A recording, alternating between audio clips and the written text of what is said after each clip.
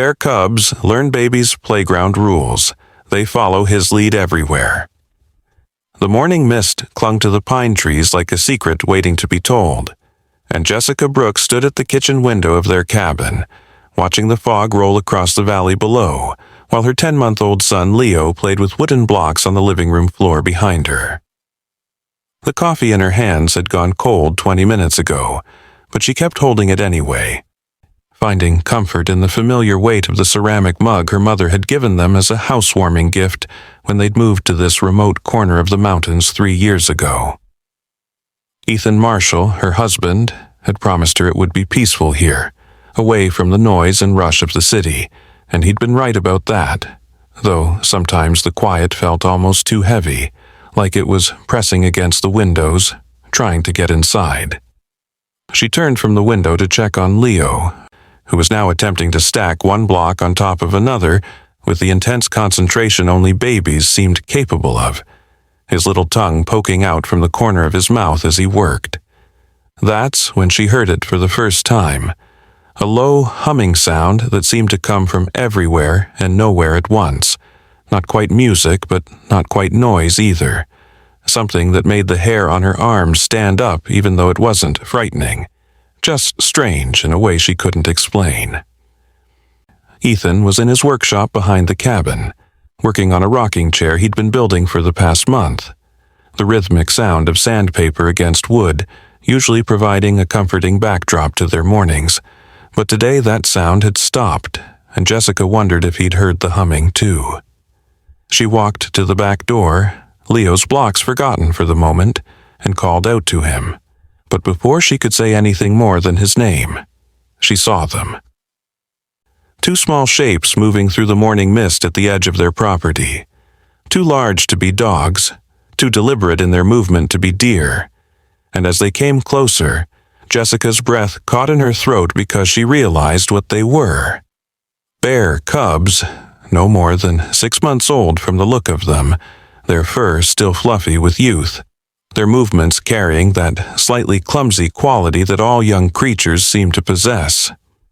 She should have been terrified, should have immediately grabbed Leo and locked the doors because where there were cubs, there was always a mother, and a mother bear was nothing to take lightly, but something about the way they moved kept her frozen in place, watching.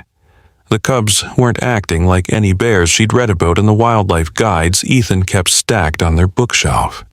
They moved slowly, almost carefully, their heads tilted as if they were listening to something.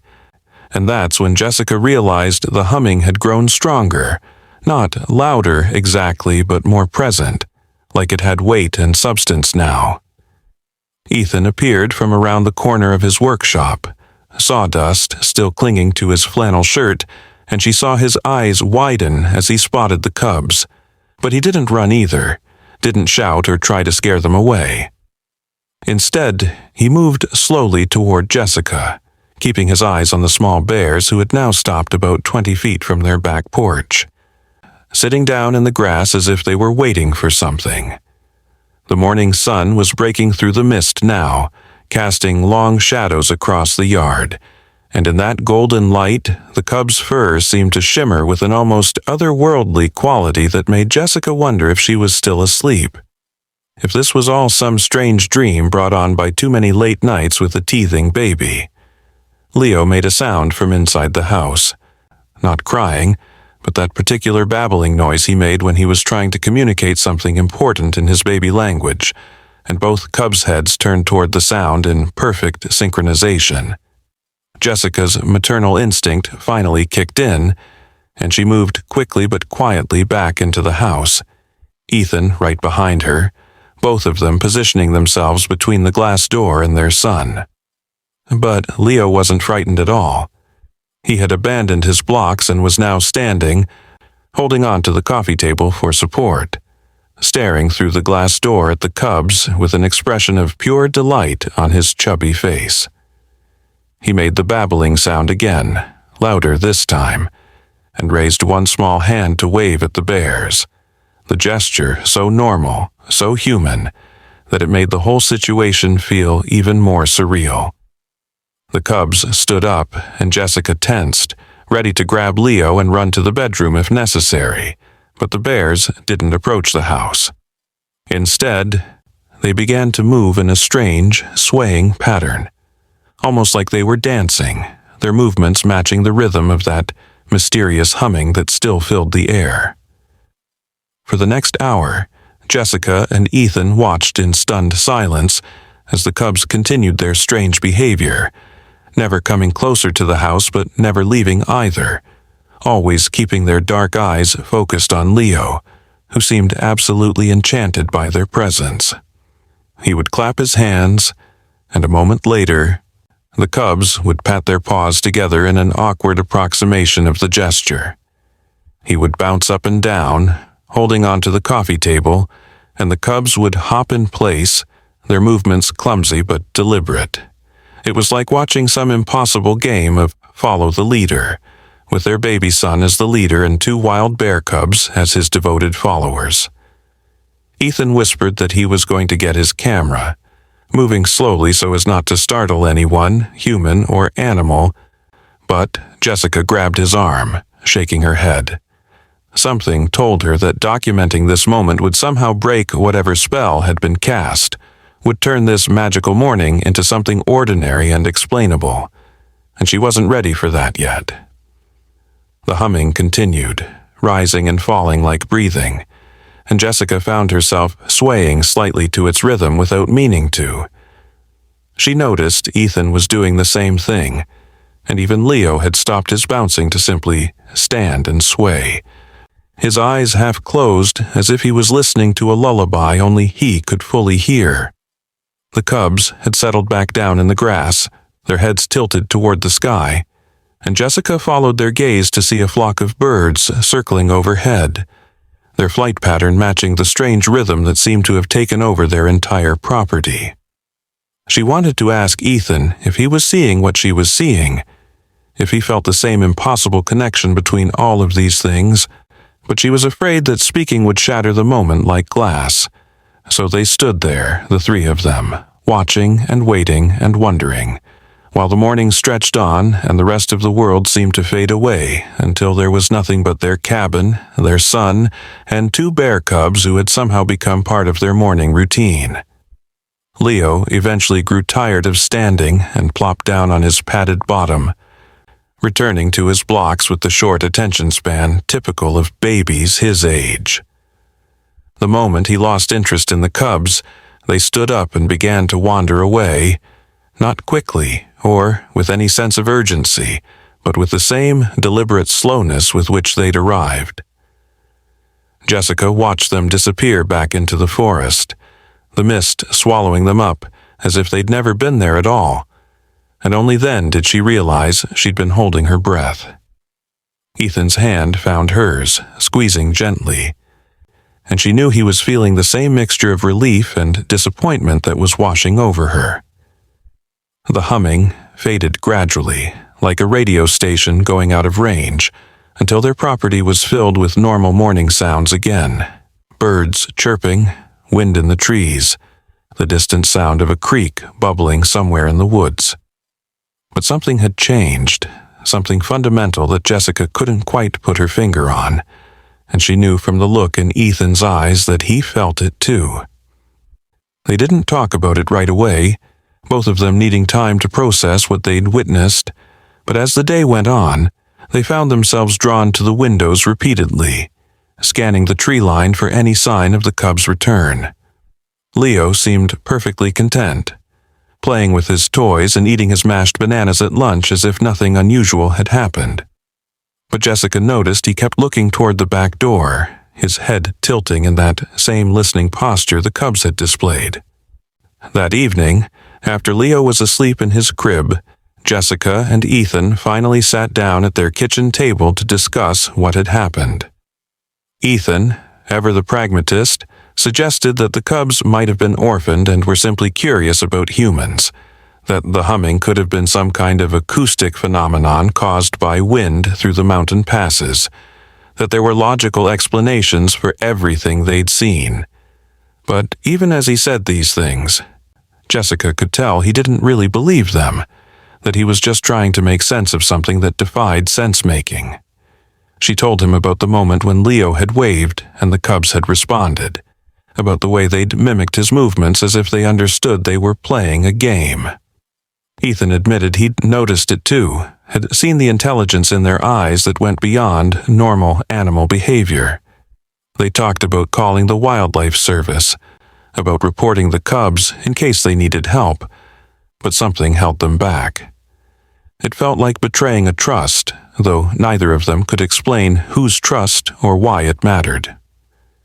They went to bed that night with more questions than answers, lying awake long after midnight, listening to the sounds of the forest and wondering if the humming would return.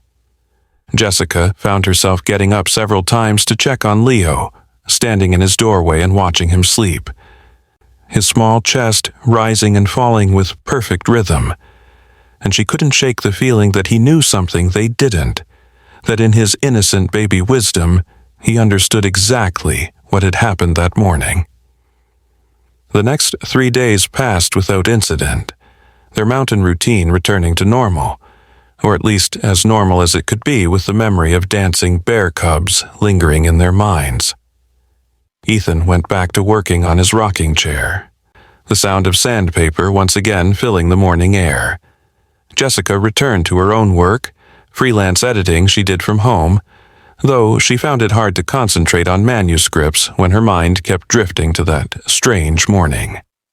Leo seemed restless, fussier than usual, and she wondered if he was missing his unusual playmates. On the 4th morning, she was starting to think they'd imagined the whole thing, that maybe there was something in the mountain air that caused hallucinations. When the humming returned. It started just as the sun was rising, that same low, everywhere and nowhere sound that made her coffee cup tremble slightly on the table. Leo, who had been cranky all through breakfast, immediately brightened, pulling himself up to standing and toddling toward the back door with determination that surprised her, given he'd only recently started walking. This time, there were 3 cubs. The original 2, she was certain, plus a smaller one that stayed slightly behind the others, more cautious but equally fascinated by the house and its inhabitants. Ethan came in from his workshop without being called, drawn by the humming or perhaps by some instinct that told him they had returned. The cubs arranged themselves in the same spot in the yard, maintaining that careful distance that seemed deliberately chosen, close enough to see and be seen, but far enough to escape if needed. Leo pressed his palms against the glass door, leaving tiny handprints, and made a new sound, something between a giggle and a call. The cub's ears perked up, and the largest one, who Jessica had started thinking of as the leader, stood up on its hind legs for a moment before dropping back down, as if trying to match Leo's upright posture. What happened next would stay with Jessica for the rest of her life. One of those moments that divide time into before and after. Leo, with the determination that only toddlers possess, reached up and managed to unlock the sliding door, something he'd never done before, and shouldn't have been able to do given his height. Before Jessica or Ethan could react, he had pushed the door open and taken 3 wobbling steps onto the porch. Every instinct screamed at Jessica to grab him, to pull him back inside, but something in the air, thick with that mysterious humming, held her in place. The cubs didn't move, didn't even seem to breathe, as Leo carefully navigated the porch steps, holding on to the railing with both hands. Ethan moved slowly behind him, ready to snatch him up if the cubs showed any sign of aggression, but they remained perfectly still, watching the baby's descent with what could only be described as patience. When Leo reached the grass, he sat down hard, the way babies do, seemingly unbothered by the impact. He looked at the cubs, then back at his parents, and clapped his hands 3 times. The sound echoed in the morning air, sharp and clear, and immediately the cubs responded, patting their paws together in the same rhythm. Leo laughed, that pure, uninhibited baby laugh that could melt the hardest heart. And the cubs made a sound, too. Not quite a growl, not quite a purr, something in between that seemed almost like their version of laughter. For the next 20 minutes, Jessica and Ethan stood frozen on the porch, watching their son play a game older than language with 3 wild bear cubs. Leo would pat the ground, and the cubs would pat the ground. He would raise his arms above his head, and they would rear up slightly, waving their paws in the air. It was like watching interspecies communication at its most basic and pure level. No words needed, just gesture and response, call and answer. The smallest cub, emboldened by its siblings' calm, crept a few feet closer, and Jessica's heart nearly stopped. But Leo just looked at it with curiosity, reaching out one chubby hand as if to pet it. The cub stopped just out of reach, sniffing the air, and then did something extraordinary. It picked up a small stick in its mouth and placed it carefully on the ground between them, like an offering, or perhaps an invitation to play. Leo picked up the stick, examined it with the serious concentration of a baby scientist, and then placed it back on the ground, pushing it slightly toward the cub. This exchange went on for several minutes, the stick moving back and forth between them like the world's slowest game of fetch, while the humming grew stronger and the morning sun climbed higher in the sky. It was Ethan who first noticed the pattern in the grass. Where the cubs had been sitting over the past few days, the grass had grown differently, forming subtle spirals that caught the light in unusual ways. He pointed it out to Jessica quietly, and she saw it too. 3 perfect circles of grass that seemed to shimmer with a faint luminescence, visible only when the sun hit them at just the right angle. The humming seemed to be coming from these spots, or maybe through them, as if they were some kind of natural speaker system for a sound that originated somewhere else entirely. She wanted to investigate further, to get down on her hands and knees and examine the grass, but she didn't want to interrupt whatever was happening between Leo and the cubs. This felt important in a way she couldn't articulate, like they were witnesses to something that transcended normal human experience. The spell was broken by a new sound, deeper and more resonant than the humming. From the tree line emerged a full-grown bear, massive and magnificent, her dark fur rippling with each movement. Jessica's blood turned to ice, and she saw Ethan tense, ready to grab Leo and run. But the mother bear moved with the same deliberate slowness as her cubs, her eyes calm and intelligent, lacking any sign of aggression. She walked directly to her cubs, who scrambled to her side with obvious joy, nuzzling against her legs. Leo watched with wide eyes but showed no fear, raising his hand in the same wave he'd offered the cubs that first morning. The mother bear looked at him for a long moment, then at Jessica and Ethan on the porch, and in that look was something that made Jessica's eyes fill with tears she couldn't explain. Understanding, perhaps, or recognition, or maybe just a mother's acknowledgement of other parents trying to navigate the impossible task of keeping their young safe in a world full of mysteries. The bear family began to move away, the cubs following their mother with reluctant, backward glances at Leo, who waved goodbye with both hands now, babbling something in his baby language that sounded almost like, "Bye-bye, bear," though Jessica knew that was probably just her imagination. As they disappeared into the forest, the humming began to fade, but not before Jessica noticed something else. The birds overhead were flying in the same spiral pattern as the grass formations, and the clouds seemed to be arranging themselves in similar shapes against the morning sky. Even the steam rising from her forgotten coffee cup on the porch railing was curling in those same mysterious spirals. Everything was connected somehow, all part of some larger pattern that her human mind couldn't quite grasp but that her heart seemed to understand perfectly. Leo toddled back to the porch, His adventure apparently concluded to his satisfaction, and reached up for Ethan to carry him inside. As Ethan lifted him, Leo pointed back at the forest and said, clear as day, his first real word that wasn't mama or dada, friends. Jessica and Ethan looked at each other over their son's head, and in that look was a shared understanding that their life in these mountains had just become far more complicated and wonderful than they'd ever imagined. They went inside, closed the door, and resumed their morning routine, but everything felt different now, charged with possibility and mystery. Jessica found herself humming as she cleaned up Leo's breakfast, and she realized with a start that it was the same tune, if tune was the right word, that had been filling their property. She stopped, disturbed by the realization, but Leo looked up at her and hummed too, the sound coming from him as naturally as breathing.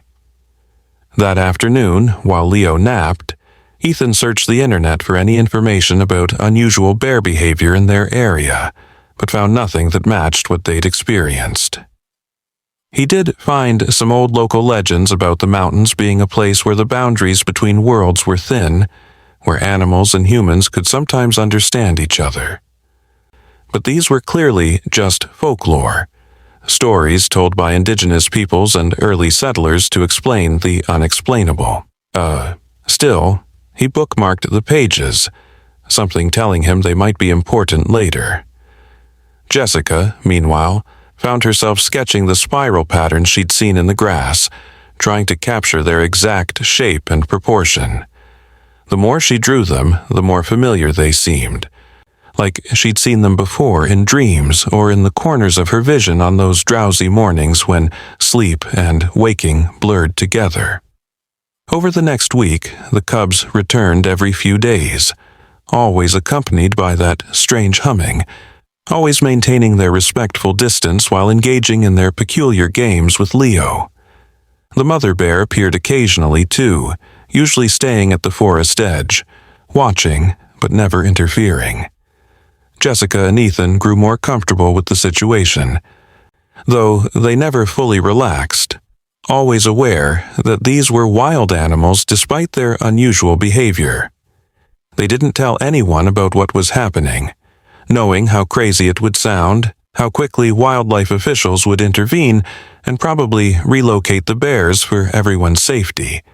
This felt like something private, something sacred even, though Jessica would have been embarrassed to use that word out loud.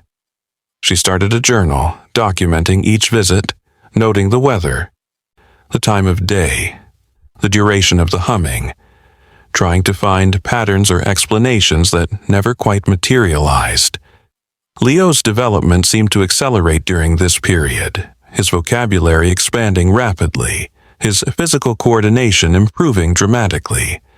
He started walking with confidence, even running in that stumbling way toddlers do, always toward the back door when the humming began.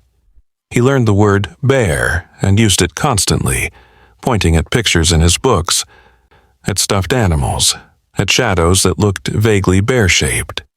But he never seemed frustrated when days passed without a visit, displaying a patience unusual for his age, as if he knew they would return when the time was right.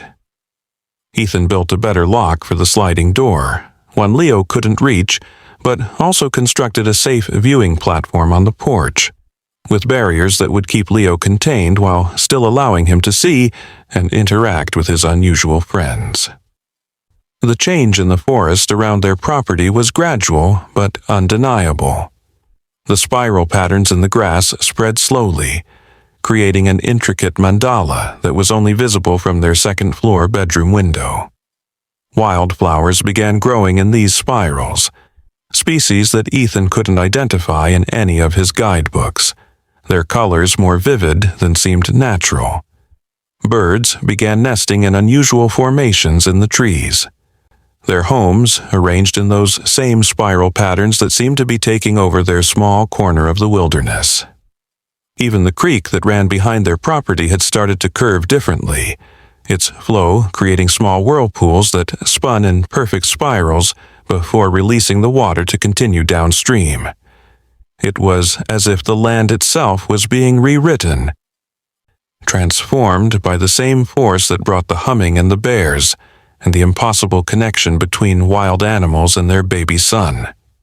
One morning, about 3 weeks after the first encounter, Jessica woke to find Ethan standing at their bedroom window, his face pale with wonder. She joined him, looking out at their yard, and gasped at what she saw. The bears were there, all 4 of them including the mother, but they weren't alone.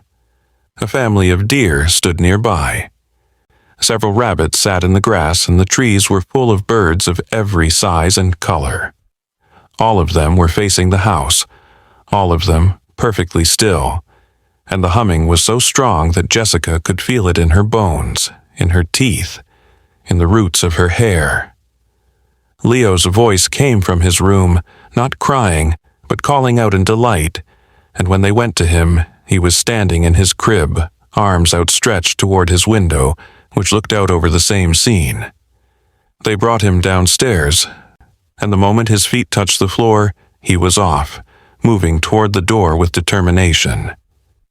This time, Jessica didn't try to stop him, though she stayed close as Ethan opened the door and Leo stepped out onto the porch. The assembled animals didn't flee or even stir, maintaining their vigil as Leo carefully descended the steps. He walked to the center of the yard, to a spot where several of the spiral patterns intersected, and sat down. The moment he did, the humming changed, became more complex, like a single note splitting into harmonies. The bears' cubs approached first, arranging themselves around Leo in a triangle formation. Then the deer stepped forward, the rabbits hopped closer, and the birds descended from the trees, creating concentric circles around the baby who sat at the center of it all, clapping his hands and laughing with pure joy. Jessica found herself moving without conscious thought, walking down the steps and into the yard, Ethan beside her. The animals parted to let them through, and they sat down on either side of Leo, completing some pattern that Jessica couldn't see but could feel clicking into place. The humming reached a crescendo, and then, suddenly, it stopped. But the silence that followed wasn't empty.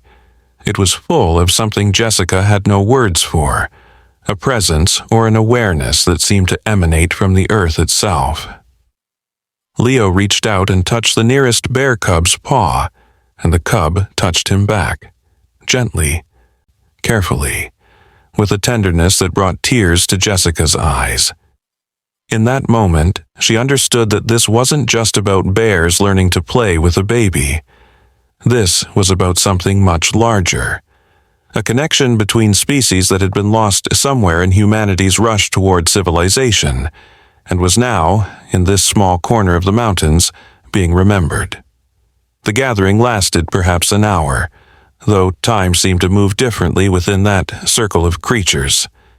No one moved much, content to simply exist together in that space of impossible harmony. Leo babbled to the animals in his baby language, and they responded with their own sounds, soft growls and chirps and snuffles that seemed to carry meaning beyond their animal origins. At one point, the smallest bear cub climbed into Leo's lap, and he hugged it gently, burying his face in its fur while the mother bear watched with calm acceptance. Jessica held her breath, aware of how extraordinary this moment was, how it defied every rule of nature she'd been taught. Ethan reached over and took her hand, and she could feel him trembling slightly, overwhelmed by the same awe that was flooding through her. When the sun reached its zenith, the animals began to disperse, not all at once but gradually, each species departing in its own time. The bears were the last to leave, the cubs reluctant to abandon their playmate. The mother bear approached before they left, coming closer than she ever had before, close enough that Jessica could see the intelligence in her dark eyes, the consciousness that looked back at her with recognition. The bear huffed softly, a sound that seemed almost like a sigh, and then turned and led her cubs back into the forest. As they disappeared into the trees, the humming faded too, leaving only the normal sounds of a mountain afternoon. Leo yawned, suddenly exhausted, and curled up in Ethan's arms, asleep within seconds. They carried him inside, put him in his crib, and then stood together in his doorway, watching him sleep, trying to process what they'd just experienced. That evening, after a quiet dinner where neither of them could find adequate words for what had happened, they sat on the porch and watched the sunset paint the mountains gold and purple. The spiral patterns in the grass seemed to glow in the dying light, and Jessica thought she could still hear the faintest echo of the humming, like a memory of sound rather than sound itself. Ethan broke the silence first, wondering aloud if they should move, if staying here was safe for Leo, if what was happening was changing him in ways they couldn't understand or predict. But even as he voiced these concerns, Jessica could tell he didn't really want to leave, that he was as captivated by the mystery as she was. They talked late into the night, going in circles like the patterns in their yard, always coming back to the same conclusion that whatever was happening, it didn't feel dangerous. It felt like a gift, though from whom or what they couldn't say. The next morning brought rain, heavy and steady, and no humming. Leo was cranky, clearly missing his animal friends, and nothing Jessica or Ethan did could fully console him. He stood at the back door for long periods, one small hand pressed against the glass, watching the rain fall on the empty yard. The spiral patterns were less visible in the rain, the grass beaten down by the heavy drops, and Jessica found herself feeling oddly bereft, as if something precious was being washed away. But when the rain stopped that afternoon and the sun broke through the clouds, the spirals were still there, actually more pronounced than before, as if the rain had somehow nourished them.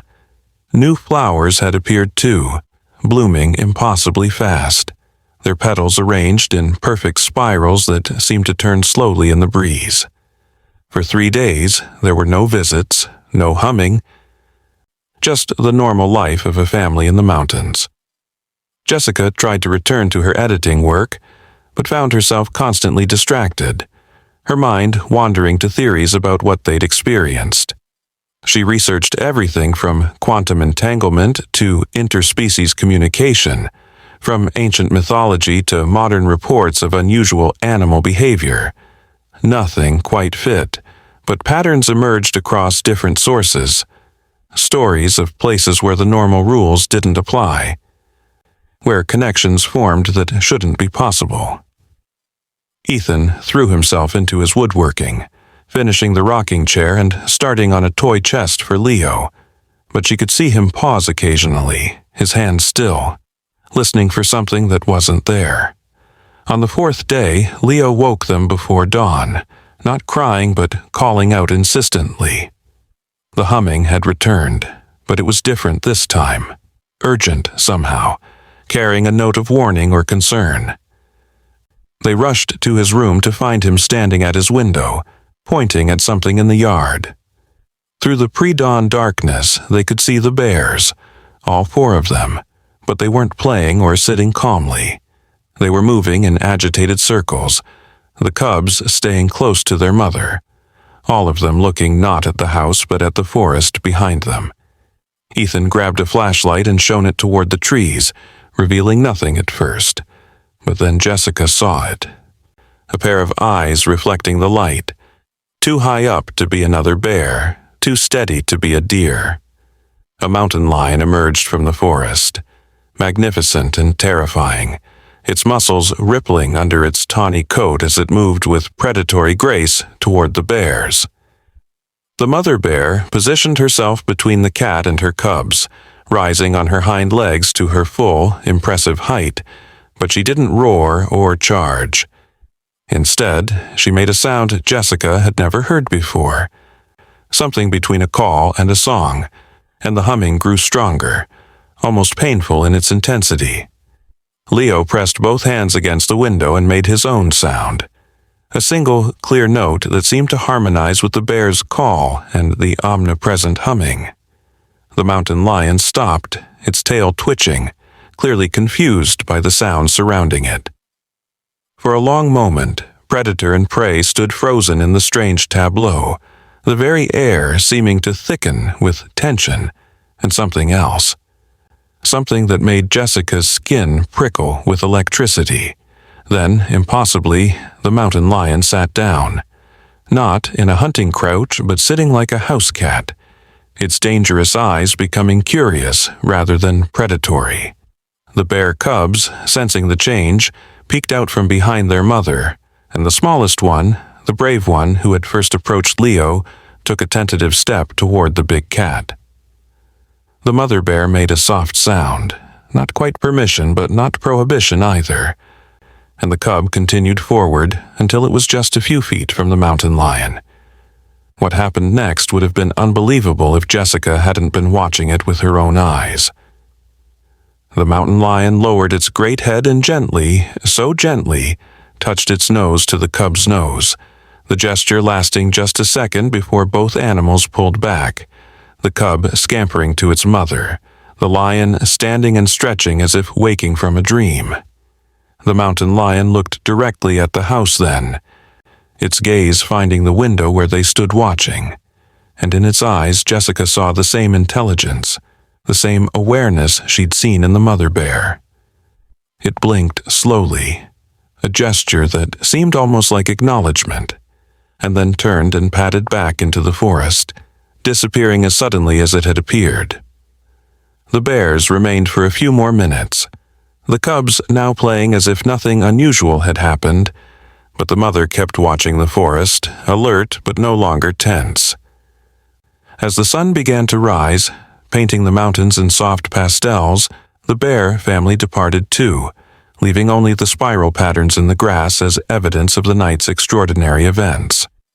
Leo fell back asleep quickly, apparently satisfied that the crisis, if that's what it had been, was over. But Jessica and Ethan couldn't return to sleep, too wired from adrenaline and wonder. They made coffee and sat on the porch, watching the sunrise and trying to make sense of what they'd witnessed. Ethan suggested that maybe the humming was some kind of communication system, a frequency that animals could tap into but humans had forgotten how to hear. Jessica wondered if Leo was somehow a conduit, his innocence and openness allowing him to bridge the gap between species. They were both wrong and both right, but they wouldn't understand that until later, when the full pattern finally revealed itself. The visits continued through the summer, becoming a regular if unpredictable part of their lives. Sometimes just the cubs came, sometimes the whole bear family, and occasionally other animals joined them, creating those strange gatherings that defied every law of nature Jessica had learned in school. Leo grew and developed, his connection to the animals deepening rather than fading as Jessica had expected it might.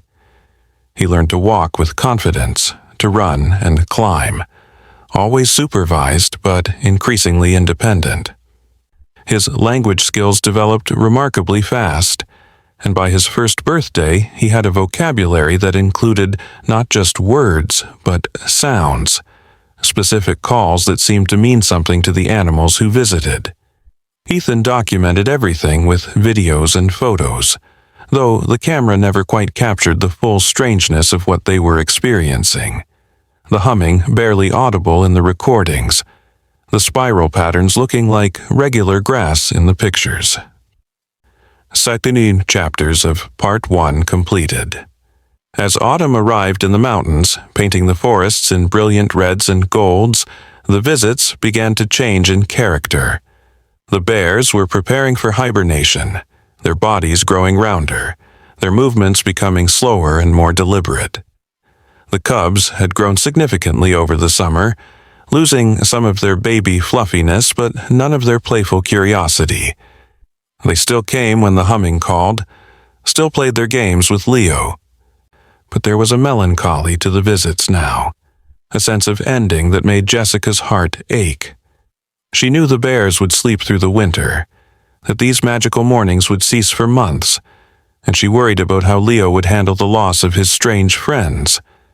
But he seemed to understand in his toddler way, patting the cubs gently as if to say goodbye, waving for longer when they left, sometimes standing at the window afterward with a wistful expression that seemed too mature for his young face. The last visit before hibernation was different from all the others. The mother bear came alone, without her cubs, moving slowly through the morning mist like a ghost made solid. The humming was different too, deeper and more resonant, almost mournful. Leo was still asleep when she arrived, but he woke immediately, as if called, and Jessica found him standing in his crib, arms outstretched toward the window. They brought him outside, the morning air sharp with the promise of coming winter, and watched as he toddled toward the great bear. She had never come so close to the house before, but this morning she met Leo halfway, lowering her massive head to his level. For a long moment, child and bear simply looked at each other, and Jessica could have sworn she saw understanding pass between them, some communication that needed no words or sounds. The bear did something then that Jessica would never forget. She lay down, her great body stretching out in the frost-touched grass, and Leo, without hesitation, curled up against her side, his small hand resting on her fur. They stayed like that for maybe 5 minutes, though it felt like hours, the humming wrapping around them like a blanket, the morning sun warming them both. Jessica wanted to intervene, every maternal instinct screaming that this was dangerous, but Ethan's hand on her arm kept her still. He was right to stop her. This was important, this goodbye, this promise that even though the bears would sleep, the connection would remain. When the bear finally stood, she was careful not to disturb Leo, who had fallen asleep against her warm bulk. She looked at Jessica and Ethan, and in that look was trust, mother to parents, a passing of responsibility that transcended species. After the bears went into hibernation, the humming stopped, and the house felt empty in a way it never had before. Leo would still go to the window every morning, checking for his friends, but he didn't cry when they weren't there. Instead, he would nod solemnly, as if confirming something he already knew, and return to his normal toddler activities. But Jessica noticed he had changed, become more observant, more connected to the natural world around them. He would stop mid-play to watch a bird land on the porch railing, would gentle touch the plants in Jessica's small garden, would lie on the grass and stare at the clouds with a concentration that seemed almost meditative. The spiral patterns in the yard remained through the fall, the grass there staying green longer than the surrounding area, the last to be touched by frost. Winter arrived with a vengeance, snow falling heavy and thick, covering the spiral patterns and turning their yard into a pristine white canvas. Leo adapted to the indoor life with surprising ease, though he spent long periods at the windows, watching the snow fall, occasionally making the soft humming sound he'd learned from their summer of magic. Jessica and Ethan used the quiet months to research, to try to understand what had happened to them. They found fragments of similar stories scattered across cultures and centuries, tales of children who could speak to animals, of places where the boundaries between human and nature grew thin.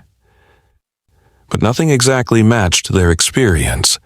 Nothing explained the humming or the spirals or the way even predators had been pacified by whatever force had touched their land. On the winter solstice, the longest night of the year, something woke them all simultaneously. Not the humming, but something like its echo, a vibration that seemed to come from the earth itself. They found Leo standing at his window, his breath fogging the glass, pointing at something outside. Through the swirling snow, they could see lights, faint green and blue auroras that danced above the spiral patterns, visible even through the snow cover. The lights pulsed in rhythm with the vibration, creating a display that was both beautiful and otherworldly. Leo laughed, clapping his hands in delight, and the lights seemed to respond, growing brighter with each clap. They watched until the lights faded with the approaching dawn, and when they finally went back to bed, Jessica felt a sense of peace she hadn't experienced since the bears had gone to sleep. The connection was still there, dormant, but not dead, waiting for spring to wake it again. The rest of winter passed quietly, their mountain life returning to something approaching normal, though normal was a relative term now. They had visitors, human ones, friends from the city who came to ski and marvel at their isolated paradise. Jessica and Ethan said nothing about the bears or the humming, knowing how it would sound, but their friends commented on how special the place felt, how peaceful, how there was something in the air that made them want to whisper, to move slowly, to pay attention. Leo charmed everyone with his unusual calmness, his way of looking at people as if he could see right through to their hearts. One friend, a psychology professor, mentioned that Leo seemed like an old soul, and Jessica had to turn away to hide her smile, thinking of him curled against a wild bear like it was the most natural thing in the world. Spring came slowly to the mountains, the snow retreating gradually, revealing the land beneath in stages. The spiral patterns were the first things to emerge, the grass there somehow green and vibrant despite months under snow.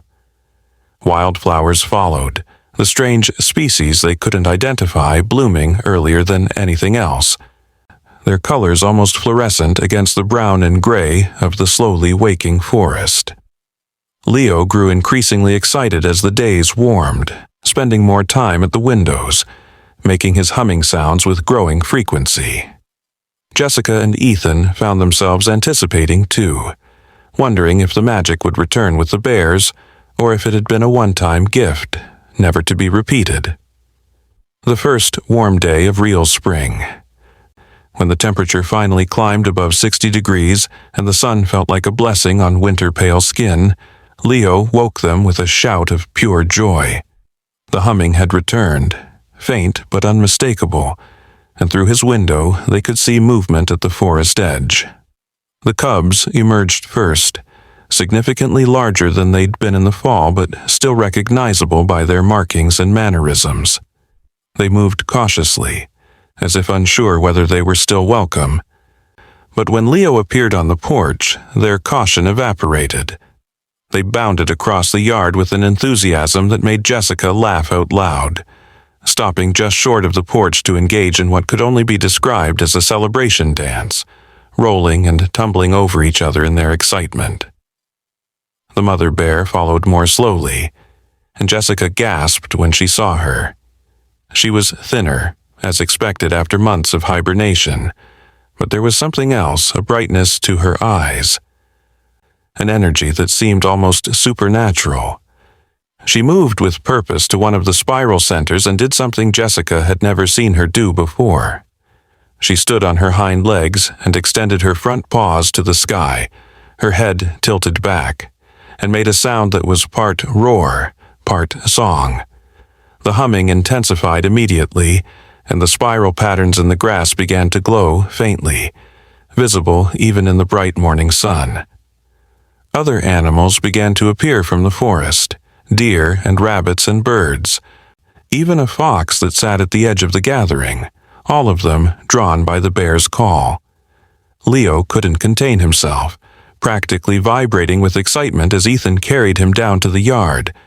The moment his feet touched the ground, he ran to the cubs, who met him halfway, and they all tumbled together in a pile of fur and giggles that made Jessica's heart swell with an emotion she couldn't name. The mother bear watched with what Jessica could only describe as satisfaction, her great head nodding as if confirming that, yes, this was right, this was how it should be. The humming wrapped around them all, stronger than it had ever been, carrying with it a sense of completion, of a cycle coming full circle. Spring had returned, The bears had awakened, and the magic that had touched their lives was not only still present but seemed to be growing stronger. As she watched her son play with wild bear cubs while a fox sat peacefully next to a rabbit and birds sang harmonies with the mysterious humming, Jessica realized that they had become part of something larger than themselves. They were no longer just a family living in an isolated mountain cabin. They were participants in a mystery that connected all living things, witnesses to a truth that most of humanity had forgotten. The spiral patterns weren't just designs in the grass. They were a language, a map, a doorway to understanding that there was more to the world than what could be measured and catalogued. Leo knew this instinctively, had known it from that first morning when he'd waved at the cubs. The animals knew it too, had always known it, and now, somehow, they were all part of the same story, the same impossible, beautiful truth. That night, after the animals had returned to the forest, and Leo had finally exhausted himself with play, Jessica and Ethan sat on their porch and talked about the future. They knew they couldn't leave this place now, couldn't abandon whatever role they'd been given in this strange dance between species. They talked about homeschooling Leo when the time came, about keeping this secret while somehow preparing him for a world that wouldn't understand his gift. They talked about the responsibility of being guardians of something precious and fragile, something that existed in the space between rational thought and pure wonder. And underneath their conversation, like a bass note too low to hear but impossible not to feel, the humming continued, a constant reminder that they were no longer alone, had never been alone, were part of a connection that stretched from the earth to the sky and included every living thing in between. As summer progressed, the gatherings became more elaborate, more impossible. Animals that should have been prey and predator sat together in perfect harmony.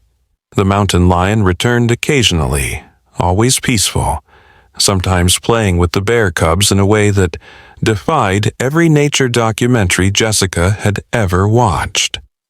Birds of different species formed mixed flocks that flew in those spiral patterns, their formations so perfect they looked choreographed. Even insects seemed affected. Butterflies and bees moving in synchronized patterns that matched the rhythm of the humming. Leo was at the center of it all, not as a leader, but as a catalyst. His presence somehow necessary for the magic to fully manifest. He had developed his own language for communicating with the animals, a mixture of sounds and gestures that they all seemed to understand. And watching him conduct these interspecies conversations was like watching a master musician work with an orchestra of infinite variety. Ethan had started building things in response to what they were experiencing, though he couldn't always explain why.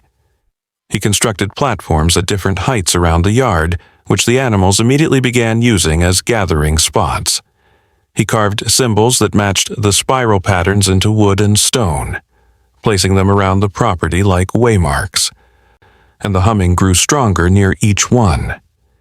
He built what he called a listening chair, positioned at the exact center of the largest spiral, and when any of them sat in it, the humming became almost overwhelming, carrying with it flashes of understanding that faded as soon as they stood up.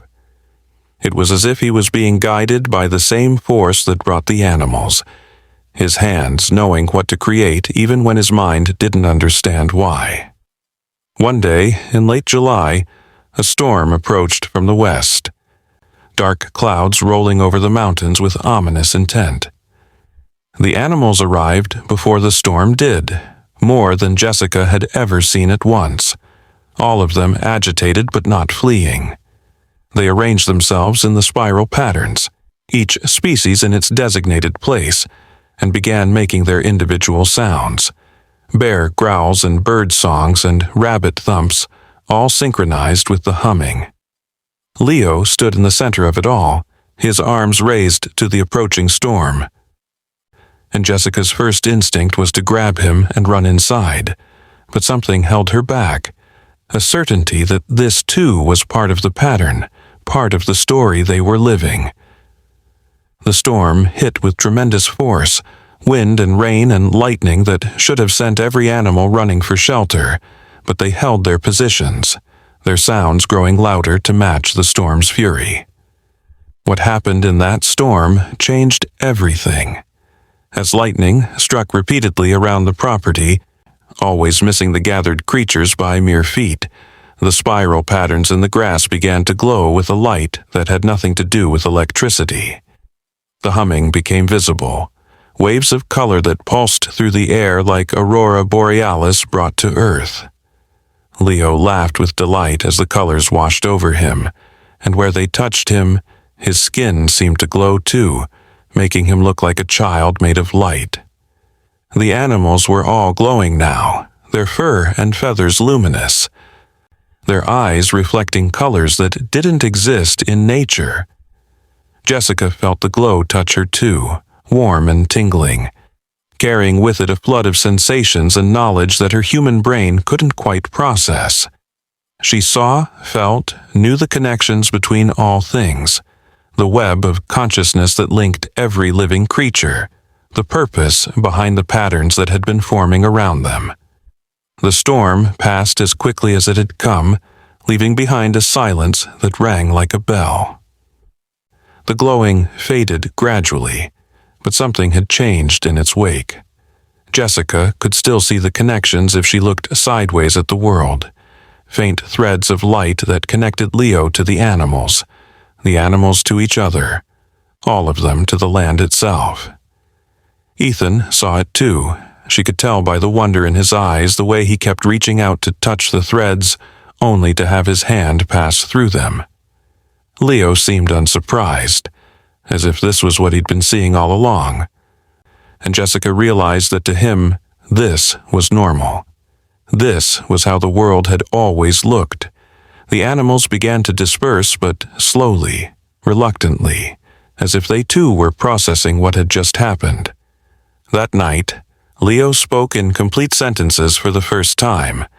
His vocabulary suddenly expanded far beyond what a child his age should possess. He told them about the bear's dreams during hibernation, about the mountain lion's lonely hunt for meaning, about the bird's songs that carried messages across impossible distances. He explained, in his childlike way, that the humming was the Earth's heartbeat, that the spirals were maps to understanding, that the animals had always known what humans had forgotten. He said these things matter-of-factly, without drama or emphasis, as if he was simply reporting what he'd learned at school. Then he yawned, asked for his favorite stuffed animal, and went to bed as if nothing extraordinary had happened, leaving his parents to sit in stunned silence, trying to process the fact that their toddler had just explained the mysteries of the universe. The rest of the summer passed in a blur of extraordinary becoming ordinary. The animals came daily now, the humming a constant presence that Jessica found herself missing when she had to go to town for supplies. Leo's development accelerated even more, his understanding of the natural world far exceeding anything they could have taught him. He knew which plants were medicine and which were poison, though they'd never discussed it. He could predict weather changes days in advance by watching the birds. He knew when one of the animals was sick or injured, and somehow his presence seemed to help them heal faster. Jessica and Ethan struggled to keep up, to understand their role as parents to a child who was becoming something beyond their comprehension. They loved him fiercely, protectively, but they also recognized that he belonged to something larger than their small family unit. As autumn approached again, bringing with it the knowledge that the bears would soon hibernate, Jessica felt less sadness than the previous year. She understood now that the separation was temporary, that the connection persisted even when the animals slept. The spiral patterns had spread throughout their property and beyond. Visible from the air, according to a pilot friend who'd flown over and sent them photos, amazed by the natural phenomenon he couldn't explain. The humming had become part of the soundscape of their lives, as normal as birdsong or wind in the trees. Even their rare visitors seemed affected by it, becoming calmer, more contemplative, often commenting on how peaceful the place felt without being able to articulate why. The bears' last visit before hibernation was a celebration this time rather than a goodbye. All the animals came, creating the largest gathering Jessica had ever seen. They arranged themselves in complex patterns that went beyond the simple spirals, creating mandalas of living creatures that shifted and changed like a kaleidoscope. Leo moved among them freely, touching noses with deer, playing tag with fox kits, lying on his back while birds perched on his outstretched arms. The mother bear approached Jessica and Ethan directly for the first time, coming close enough that they could feel her warm breath. She looked at them for a long moment, and in her eyes Jessica saw gratitude, recognition, and something that might have been love. Then she turned and led her cubs into the forest for their long sleep, but this time Jessica knew with certainty that they would return. Winter came again, but this time the magic didn't sleep with the bears. The humming continued, quieter but constant, and the spiral patterns remained visible even under snow, as if they were generating their own subtle heat. Animals still came, those that didn't hibernate, and Leo continued his impossible friendships with creatures that should have feared humans. He grew through the winter, not just physically but in understanding, often saying things that made Jessica and Ethan exchange glances of amazement. He talked about the dreams of sleeping bears, about the conversations between trees, about the songs that stars sang if you knew how to listen. They stopped trying to understand it rationally and simply accepted that their son was becoming something new, something that might represent the next step in human evolution, or perhaps a return to something very old that had been lost. On his second birthday, in the depths of winter, something extraordinary happened. Leo woke them in the middle of the night, not crying, but calling them urgently. Outside, in the snowy yard, stood the bears. All of them, including the mother, in the middle of what should have been their deepest hibernation. They looked thin and tired, but their eyes were bright with purpose. Other animals emerged from the forest, animals that should have been sleeping or should have migrated south, all gathering in the snow-covered spirals. The humming rose to a level Jessica had never heard before, so strong it made the windows vibrate. Leo insisted on going outside, and they bundled him in his warmest clothes, though he didn't seem to feel the cold that made his parents' breath cloud in the frigid air. What followed was a ceremony, though that word felt inadequate for what Jessica witnessed. The animals formed precise patterns, their bodies creating geometric shapes that seemed to pulse with meaning. Leo stood at the center, and as the humming reached its peak, he began to glow again. That same light they'd seen during the storm, but stronger, more controlled. The light spread from him to the animals, connecting them all in a web of luminous threads that made the night bright as day. In that light, Jessica saw something that made her gasp. More children, ghostly but becoming solid, standing with Leo in the center of the pattern. Children from different times, different places, all of them glowing with the same light, all of them connected to animals that stood with them in spirit, if not in flesh. The vision lasted only moments before fading, but its impact was profound. Jessica understood then that Leo wasn't unique, that throughout history there had been children like him, bridges between the human and natural worlds. Most of them had been forgotten, their gifts dismissed as a fantasy or suppressed by societies that feared what they didn't understand. But here, in this remote mountain sanctuary, Leo's gift could flourish. The bears and other animals had recognized him for what he was, had come to teach and protect him, to help him remember what humanity had forgotten. The ceremony ended with the animals returning to their winter shelters, but the sense of purpose, of destiny, remained. The rest of winter passed with a new understanding of their role in the unfolding mystery. Jessica and Ethan weren't just parents. They were guardians of something ancient and precious. They began documenting everything more carefully, not for proof, but for preservation, in case someday the world was ready to understand. Leo continued to grow and develop, his abilities expanding in ways that should have been frightening, but instead felt natural, right? He could call specific animals with different sounds, could influence weather in small ways, could make plants grow faster by singing to them in the wordless language of the humming. Yet he remained a normal child in so many ways, delighting in simple pleasures, needing comfort when he fell and scraped his knee, loving his parents with the pure, uncomplicated love that only children can give. Spring returned with an explosion of life that exceeded even the previous year. The spiral patterns had evolved into complex mandalas that covered acres of land, visible from space according to satellite images Ethan found online, though somehow they never attracted official attention. It was as if the place was protected, hidden from those who might not understand or might seek to exploit what was happening there.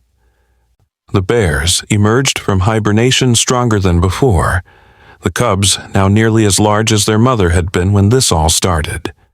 They had cubs of their own now, tiny balls of fur that followed Leo around with the same devotion their parents had shown. The cycle was continuing, expanding, each generation of animals more connected to the mystery than the last. On a perfect morning in May, when the wildflowers were at their peak and the humming filled the air like a symphony, Jessica stood on the porch watching Leo lead a parade of animals through the spiral patterns. He was singing in the language without words, his voice harmonizing with the omnipresent humming, and where his feet touched the ground, flowers bloomed instantly, impossibly, beautifully. Ethan stood beside her, his arm around her waist, both of them understanding that they were witnesses to something that transcended ordinary human experience. They had been chosen, or had chosen, to be part of this story, this connection between worlds that most people would never know existed. As she watched her son conduct his impossible orchestra of wild creatures, Jessica thought about the future. Leo would grow up, would eventually have to engage with the wider world, and she wondered how he would navigate a society that had no framework for understanding his gifts. But then she looked at the bears, at the mountain lion that now regularly joined their gatherings, at the birds that flew in formations that defied physics, and she realized that the world was changing. Leo and others like him were preparing the way for a new understanding, a remembering of the connection that had always existed between humanity and nature.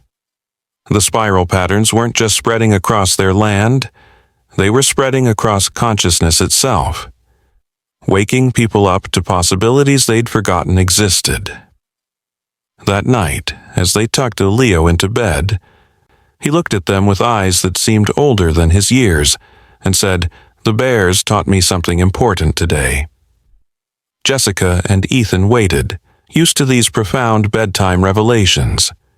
They said that the humming has always been here, that humans just forgot how to hear it, but we're remembering now. More children like me are being born all over the world. The animals are teaching us again, helping us remember that we're all part of the same song. He yawned then, the profound giving way to the ordinary, and asked for his favorite bedtime story, the one about the three bears, though Jessica suspected he knew a version of that story that no book had ever told. As summer deepened, the gatherings became something beyond description. Animals that had never been seen in their region began appearing, drawn by something they couldn't resist. A moose family arrived from the north, eagles descended from their mountain peaks, even a wolf pack came once. sitting at the edge of the gathering with dignified restraint. Each species brought its own note to the symphony, its own pattern to the ever-expanding mandala of connection. Leo grew more confident in his role as translator, facilitator, bridge between worlds. He would spend hours in silent communication with different animals, then explain to his parents what he'd learned in terms that stretched their understanding of what was possible. The mother bear had become something like a co-parent, watching over Leo with the same protective intensity she showed her own cubs. When Jessica and Ethan needed to go to town, they no longer worried about leaving Leo in the yard, knowing the bear would guard him with her life. The trust between them had become absolute, transcending the boundaries of species to become something pure and simple. Family. The bear's cubs, now nearly full-grown, treated Leo like a sibling, playing with him, protecting him, teaching him things about the forest that no human child should know. Watching them together, Jessica often forgot they were different species, seeing only young creatures learning about the world together. One day, in August, a group of hikers got lost and wandered onto their property, emerging from the forest just as one of the gatherings was in full swing. Jessica's heart stopped, knowing how this must look, knowing that their secret was about to be exposed to people who couldn't possibly understand. But Leo did something remarkable. He walked over to the hikers who stood frozen in shock at the scene before them and began to hum. The sound was different from his usual communications with the animals, more focused, more intentional. The hikers' expressions changed from shock to confusion to a sort of dreamy acceptance. They stayed for a few minutes, watching the animals with calm wonder, then left the way they'd come, and later, when Jessica saw them in town, they mentioned nothing about what they'd seen, only commenting on what a peaceful place the mountains were. Ethan researched what had happened, finding obscure references to something called selective amnesia, or protective forgetting, in ancient texts about places of power. Apparently, some locations had a natural defense mechanism that prevented those who weren't ready from fully perceiving or remembering what they'd witnessed. Their land had become one of these places, protected by the same force that brought the humming and enabled the impossible connections between species. It was a relief to know they were protected, but also a responsibility. They were guardians of something that the world wasn't ready for yet. Keepers of a secret that might someday help humanity remember its place in the web of life. As autumn approached once again, Jessica noticed changes in herself and Ethan too. They could hear the humming more clearly now, could sometimes see the threads of connection without Leo's help. Ethan's woodworking had become almost supernatural in its perfection, as if the wood itself was telling him how it wanted to be shaped. Jessica found she could understand the basic meanings in bird songs, could feel the health or illness of plants by touching them. They were changing, evolving, becoming something more than they had been. It should have been frightening, but instead it felt like coming home, like remembering something they'd always known but had forgotten in the noise and complexity of modern life.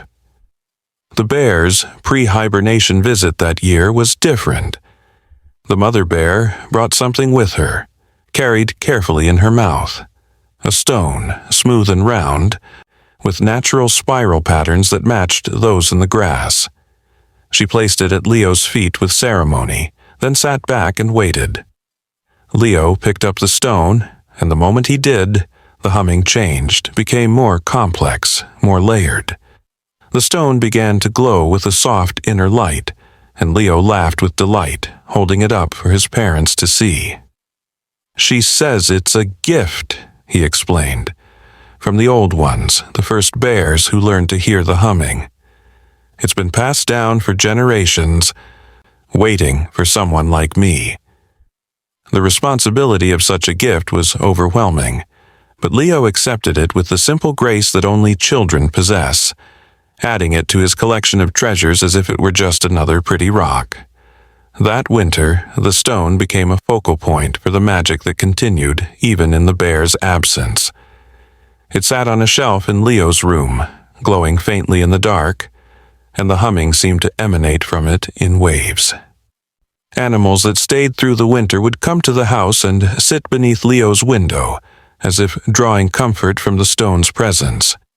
Even in the deepest cold, when snow covered everything and the world seemed frozen and still, the connection persisted.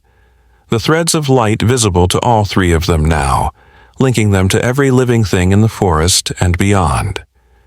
They were no longer observers of the mystery.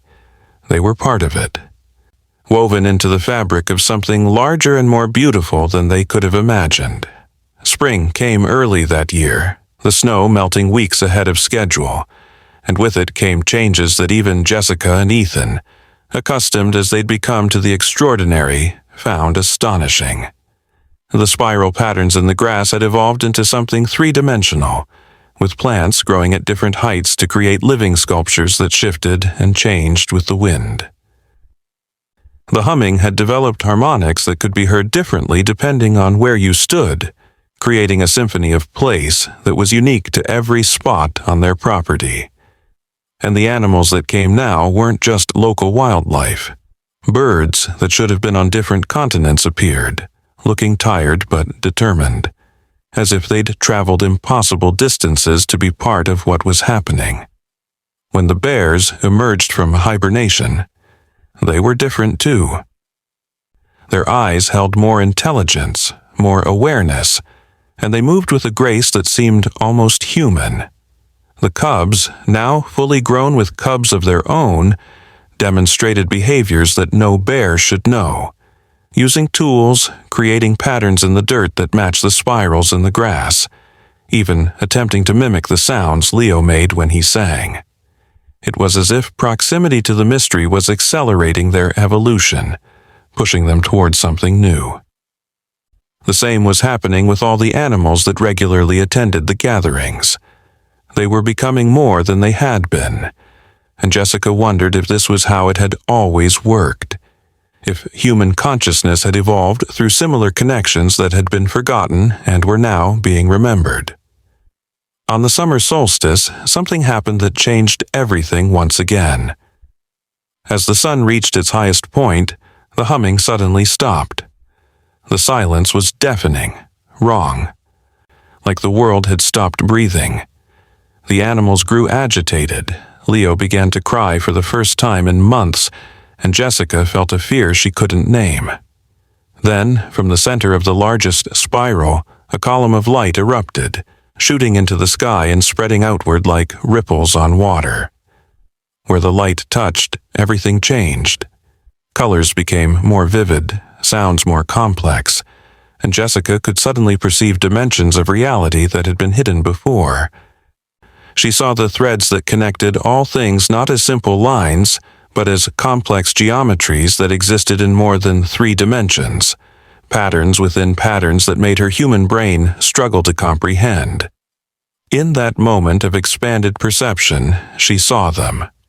Other children like Leo, all over the world, each at the center of their own network of connections, each teaching and learning from the animals around them. She saw the earth itself as a living being, the humming as its voice, the spirals as its language.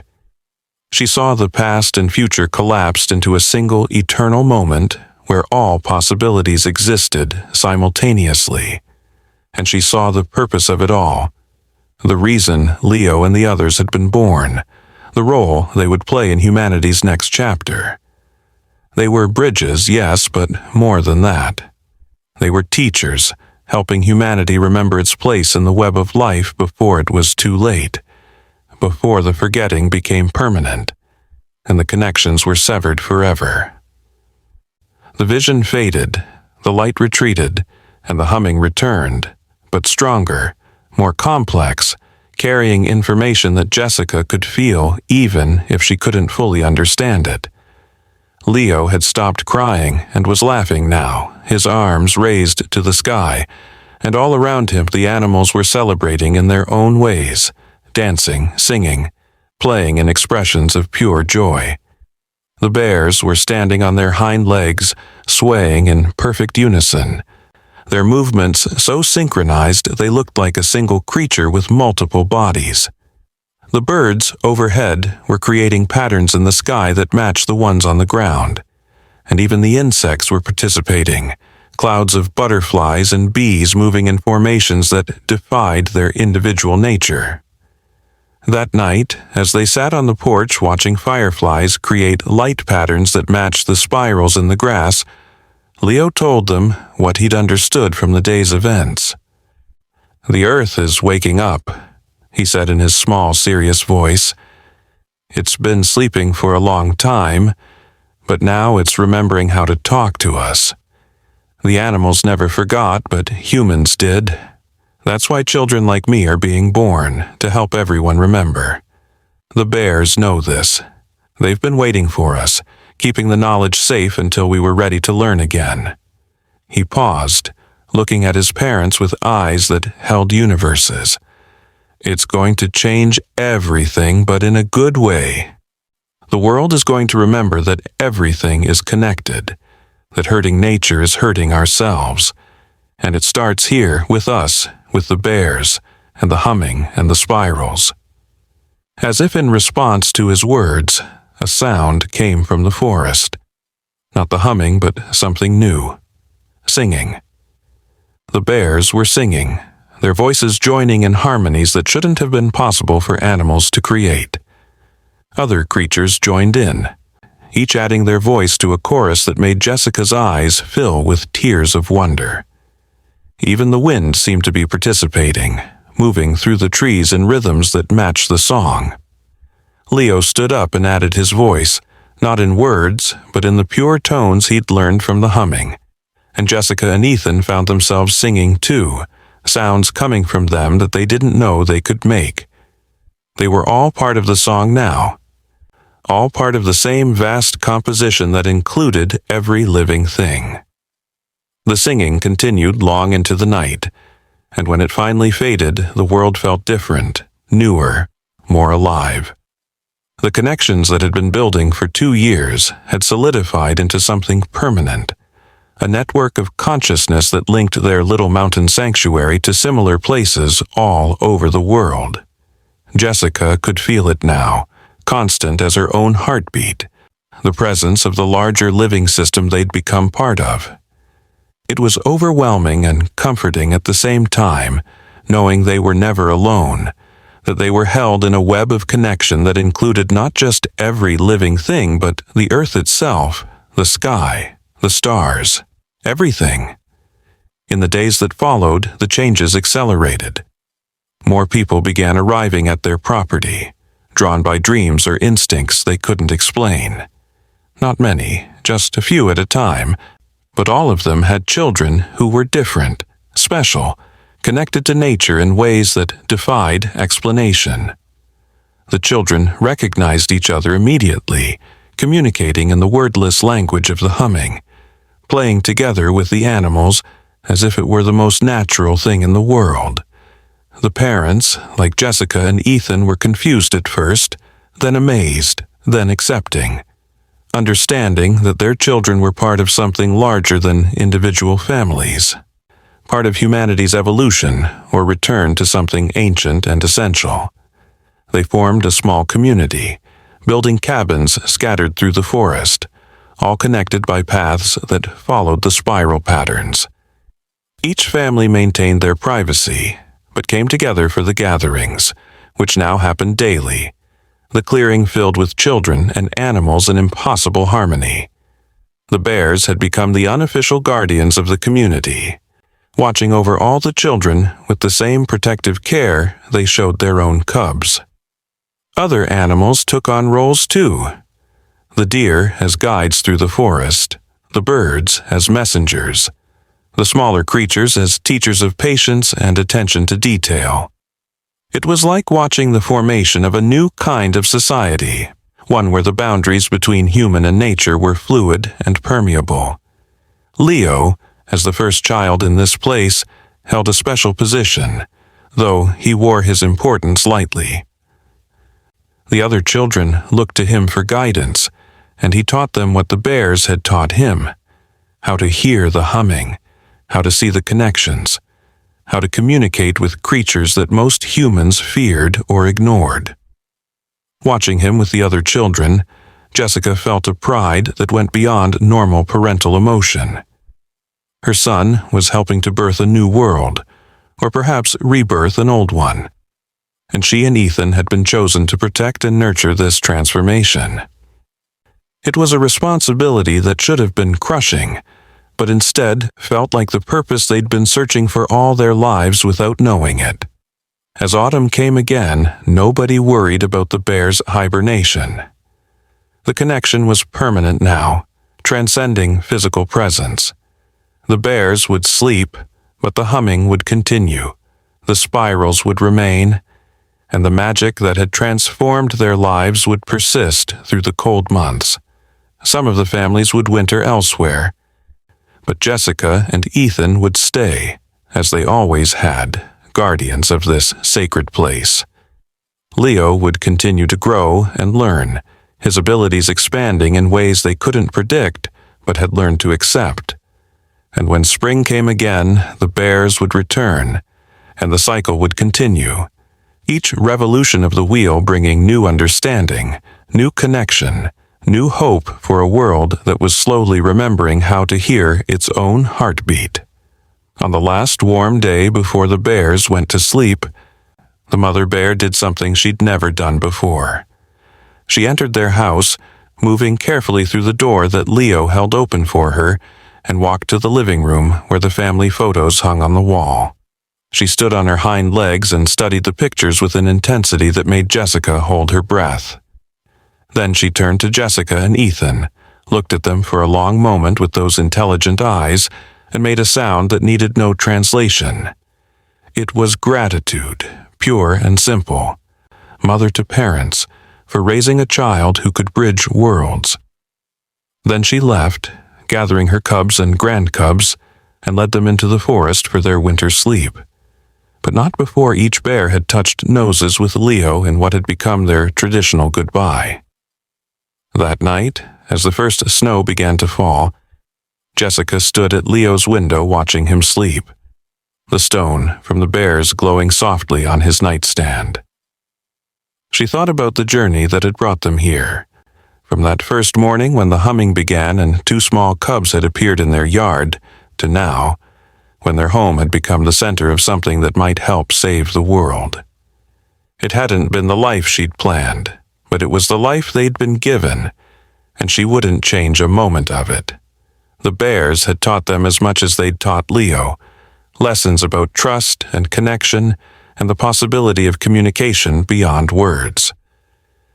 They'd shown them that the boundaries between species were artificial, that consciousness was universal, that love could transcend every difference.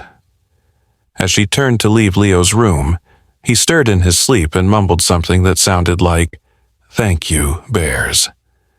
Jessica smiled, knowing that somewhere in the forest, in dens carefully prepared for winter, the bears were settling into their long sleep, perhaps dreaming of a small human child who spoke their language and shared their world. The humming continued, soft and constant, a lullaby for all sleeping things, a promise that when spring came again, the magic would continue, the connections would deepen, and the world would be one step closer to remembering what it had forgotten. She went to bed that night feeling grateful for the bears, for Leo, for Ethan, for the strange and wonderful life they'd built in these mountains where the impossible became every day and wild creatures taught human children how to save the world. Winter passed differently that year, full of purpose and community. The families that stayed worked together, sharing meals, teaching each other's children, creating a small society based on the principles they'd learned from the animals: cooperation, respect, attention to the natural world. The humming continued through the cold months, and the children discovered they could use it to communicate across distances, sending messages through the network of connection that linked them all. Leo grew in wisdom and ability, but remained a child, delighting in snowball fights and hot chocolate, needing bedtime stories and afternoon naps. The balance between his extraordinary gifts and ordinary childhood was precious, carefully maintained by parents who understood that he needed both to become who he was meant to be. On the spring equinox, as the sun balanced day and night in perfect equilibrium, the bears emerged early from hibernation. They came directly to the house, all of them. Even bears Jessica had never seen before, gathering in the yard that was still partially covered with snow. The humming rose to a crescendo, and the snow began to melt in the spiral patterns, revealing grass that was impossibly green, flowers that shouldn't bloom for weeks, already opening their petals to the sun. Leo ran outside in his pajamas, not feeling the cold, and threw himself at the mother bear, who caught him gently and held him like one of her own cubs. The other children came running too, and soon the yard was full of laughing children and playing bears, a scene that should have been terrifying but was instead filled with so much joy it made the air itself seem to sparkle. That was the day everything changed for the final time. As the children and bears played, the humming evolved into something new. Not just sound, but visible light, threads of connection that everyone could see, not just the sensitive ones. The spirals in the grass lifted off the ground, becoming three-dimensional mandalas of living light that rotated slowly in the air. The barriers between human and animal consciousness didn't just thin, they dissolved entirely. For a moment that lasted forever, every person there experienced the world through the eyes of every creature present. Jessica felt what it was like to be a bear, powerful and patient, connected to the earth in ways humans had forgotten. She felt the flight of birds, the quick thoughts of rabbits, the ancient wisdom of trees, and in that shared consciousness, she understood that this was the future, not humans separate from nature, but humans as part of nature. The artificial boundaries dissolved in understanding and love. When the moment passed and individual consciousness returned, everyone was changed. The children now carried permanent connections to specific animals, partnerships that would last their lifetimes. Leo's bond with the mother bear was strongest, but all the children had found their animal partners, their guides in the work that lay ahead. Because there was work to do, Jessica understood now. This wasn't just about their small community in the mountains. This was about teaching the world, spreading the understanding that had been born here, helping humanity remember its place in the web of life before it was too late. The children would grow up and go out into the world, carrying the humming with them, creating new spirals wherever they went, teaching others how to hear the earth's heartbeat and see the threads that connected all things. But that was the future. For now, there was just this: a yard full of children and bears, playing in the spring sunshine while the humming sang its ancient song, and the world remade itself in spirals of light and connection. Jessica stood with Ethan, his arm around her shoulders, watching their son lead a parade of bears and children through patterns that told stories older than human language. The mother bear looked over at them and nodded, a gesture so human it no longer seemed strange, and in that nod was a promise. We will protect them, we will teach them, we will help them remember. And Jessica nodded back, her own promise. We will listen, we will learn, we will help the world understand. As the sun climbed higher and the day warmed, more animals arrived, drawn by the evolution in the humming, the completion of some pattern that had been building since that first morning 3 years ago. Deer and rabbits, foxes and mountain lions, birds of every description, even wolves and coyotes, all gathering in perfect peace, all part of the same celebration of connection. The children moved among them fearlessly, and the animals accepted them completely, And watching it, Jessica understood that this was what the world was meant to be, had been once, could be again. The bears had known it all along, had been waiting patiently for humans to remember, keeping the knowledge safe in their patient hearts and winter dreams. That night, after all the animals had returned to the forest and the children were asleep, Jessica and Ethan sat on their porch, holding hands and watching the stars. The spirals of light were still faintly visible, permanent now, part of the landscape of their lives. The humming had quieted to its nighttime rhythm. Peaceful and deep, the earth's sleeping breath. They didn't need to talk. After 3 years of miracles, words seemed inadequate. But Jessica knew they were both thinking the same thing. How grateful they were to the bears for choosing them, for trusting them with this impossible, beautiful truth. Tomorrow would bring new challenges, new miracles, new connections. But tonight there was just peace and gratitude, and the quiet certainty that they were exactly where they were meant to be, guardians of a magic that would help heal the world. In his room, Leo slept peacefully, the bear stone glowing on his nightstand, and in his dreams he ran with the bears through forests of light, teaching and learning in the wordless language of connection that was older than human speech and truer than any words could be. The bears dreamed, too, of the small human child who had become part of their family, who carried their wisdom into the human world and would help both species remember that they were never meant to be separate. And the earth itself dreamed, deep and vast and patient, of the time when all its children would remember the song that connected them, when the humming would be heard everywhere, when the spirals would cover the world, and every heart would know its place in the great web of being. The story could end here, with peace and promise, and the quiet breathing of sleeping children and dreaming bears. But stories like this don't really end. They spiral outward like the patterns in the grass, touching new lives, creating new connections, teaching new hearts to hear the humming that has always been there, waiting for us to remember how to listen. Somewhere tonight, another child is waving at a wild creature.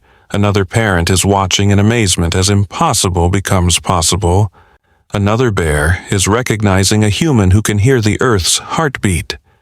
The magic spreads, patient and inevitable, and the world slowly remembers what it never should have forgotten, that we are all one family, all part of the same song, all connected by threads of light that become visible when we remember how to see with the heart instead of just the eyes. And in a small cabin in the mountains where it all began, a family sleeps peacefully, protected by bears who have become family, surrounded by spirals of ancient magic, lulled by the humming that sings the song of connection. Tomorrow, Leo will wake and run to greet his bear friends. Tomorrow, Jessica and Ethan will watch in wonder as their son does impossible things with casual grace. Tomorrow, the bears will teach new lessons and learn new games and strengthen the bonds that connect all living things. But tonight, there is only peace and dreams and the quiet certainty that love transcends species. The connection is stronger than separation, and that sometimes, if we're very lucky and very open, wild bears will teach us how to save the world by teaching us how to play, how to trust, and how to remember that we were never alone. The humming continues, will always continue, the earth's voice calling its children home. And one by one, heart by heart, we remember how to hear it, how to answer, how to take our place in the dance of connection that includes every living thing. The bears knew this all along. Now, thanks to a small boy named Leo and his impossible friends, we're beginning to know it too. The spirals spread, the light grows stronger, and the world slowly, beautifully, perfectly, remembers how to sing along with the song that has been singing us all along. The song of connection, the song of home, the song that says, "You are not separate, you are not alone. You are part of everything, and everything is part of you.